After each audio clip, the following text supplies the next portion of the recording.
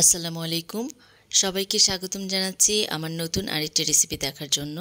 আশা করছি আমার আজকের রেসিপিটি আপনাদের ভালো লাগবে। আজ আমি আপনাদের সাথে শেয়ার করব বিফ টিকিয়া কাবাব অথবা শামি কাবাব রেসিপি। তবে কাবাবটা আমি কোনো স্পেশাল মশলা দিয়ে তৈরি করছি না, একদমই ঘরে থাকা সাধারণ রেগুলার মশলা দিয়ে কাবাবের রেসিপিটি তৈরি করব।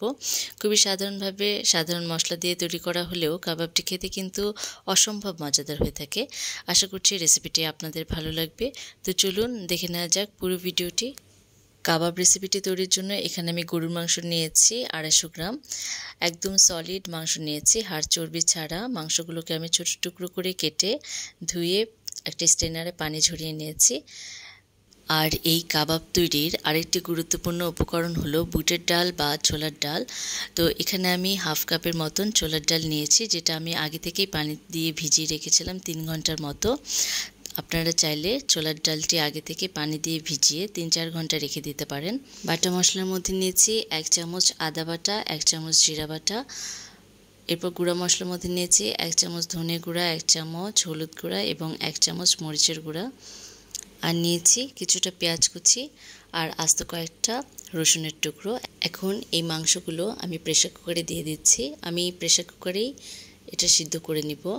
এরপর দিয়ে দিচ্ছি আগে থেকে ভিজিয়ে রাখা ছোলার ডালটা। এরপর দিয়ে দিলাম বাটা মশলা। এখানে আমি 1 চামচ আদা বাটা এবং 1 চামচ জিরা বাটা নিয়েছি। এরপর দিয়ে দিলাম গুঁড়া মশলাগুলো। এখানে আমি সবগুলো 1 চামচ করে নিয়েছি। এরপর দিয়ে দিচ্ছি গরম মশলাগুলো। তারপর দিয়ে দিলাম আস্ত কয়েকটা রসুনের টুকরো। যেহেতু এটা সিদ্ধ হয়ে যাবে তাই আমি আর এটা বেটে নেই। আর দিয়ে দিলাম সামান্য পরিমাণে পেঁয়াজ কুচি। এখন দিয়ে দিচ্ছি স্বাদ মতো লবণ। লবণ এবং ঝালটা আপনাদের স্বাদ মতো দিলেই হবে। এরপর দিয়ে দিলাম 3 টেবিল চামচ রান্নার রেগুলার সয়াবিন তেল। এখন এই সবগুলো উপকরণ ভালো মতো মিশিয়ে নিয়ে আমি 1 কাপের মতন পানি দিয়ে এটা সেদ্ধ করে নেব।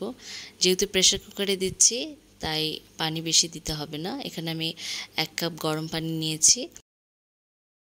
এরপর প্রেসার কুকারে ঢাকনাটা লাগিয়ে দিয়ে আমি 3-4টা সিটি তুলে নেব প্রেসার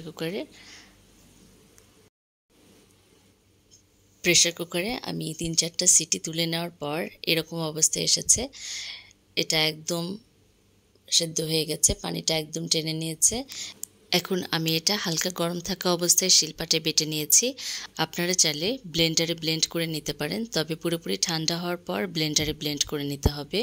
কাবাব তৈরির মেইন উপকরণ ডিম। তো আমি এখানে কুসুম সহ একটা ডিম নিয়েছি আর নিয়েছি পেঁয়াজ বেরেস্তা। এরপর নিয়েছি কিছুটা পেঁয়াজ কুচি, কাঁচা পেঁয়াজ কুচি আর নিয়েছি বিস্কিটের গুঁড়া। তো প্রথমে দিয়ে দিচ্ছি পেঁয়াজ বেরেস্তাটা দিলে একটা ফ্লেভার অ্যাড হয়, সেজন্য আমি পেঁয়াজ বেরেস্তাটা ব্যবহার করেছি।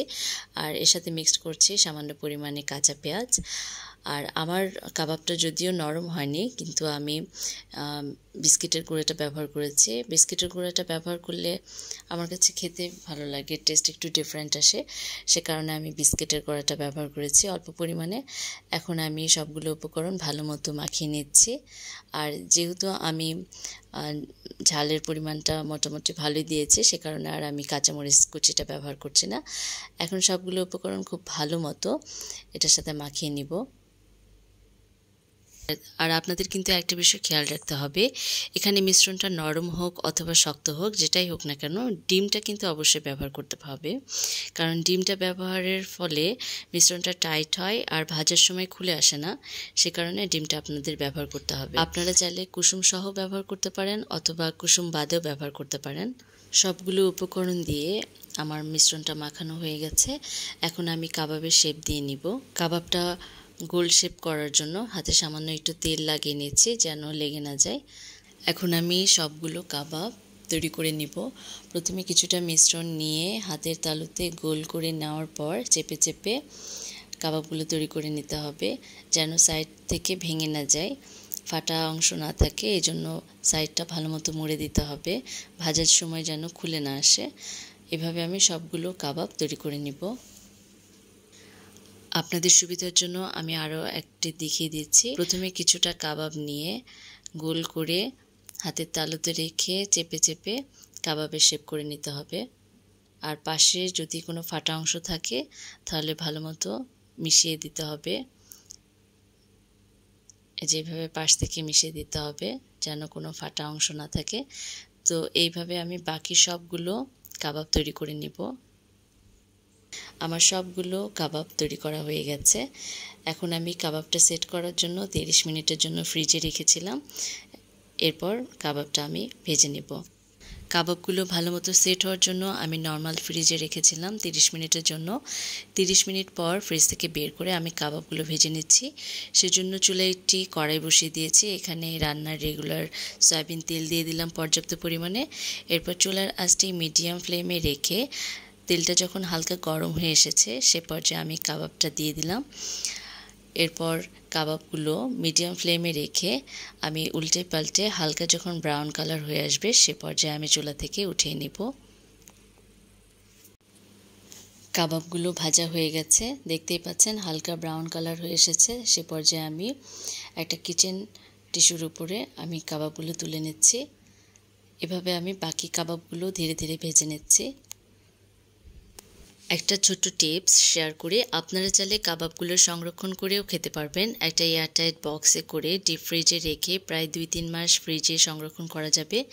যখন প্রয়োজন হবে ফ্রিজ থেকে বের করে নর্মাল করে নিয়ে তেলে ভেজে পরিবেশন করতে পারেন। তৈরি হয়ে গেল খুব সাধারণ উপকরণ দিয়ে সহজভাবে তৈরি বিফ কাবাব রেসিপি। আমি আপনাদেরকে একটা কাবাব ভেঙে দেখাচ্ছি ভেতরটা কেমন হয়েছে। সাধারণ উপকরণ দিয়ে তৈরি হলেও খেতে কিন্তু অসাধারণ মজা হয়েছে। আপনারা বাসায় রেসিপিটি ট্রাই করে দেখতে পারেন, ইনশাল্লাহ আপনাদের কাছে অবশ্যই ভালো লাগবে এটুকু বলতে পারি। আশা করছি আজকের এই রেসিপিটি আপনাদের ভালো লেগেছে। ভালো লাগলে ভিডিওটিতে একটা লাইক দিবেন এবং চ্যানেলটাকে সাবস্ক্রাইব করে পাশে থাকবেন। আজকের মতন এ পর্যন্তই। সবাই ভালো থাকবেন, সুস্থ থাকবেন। আল্লাহ হাফেজ।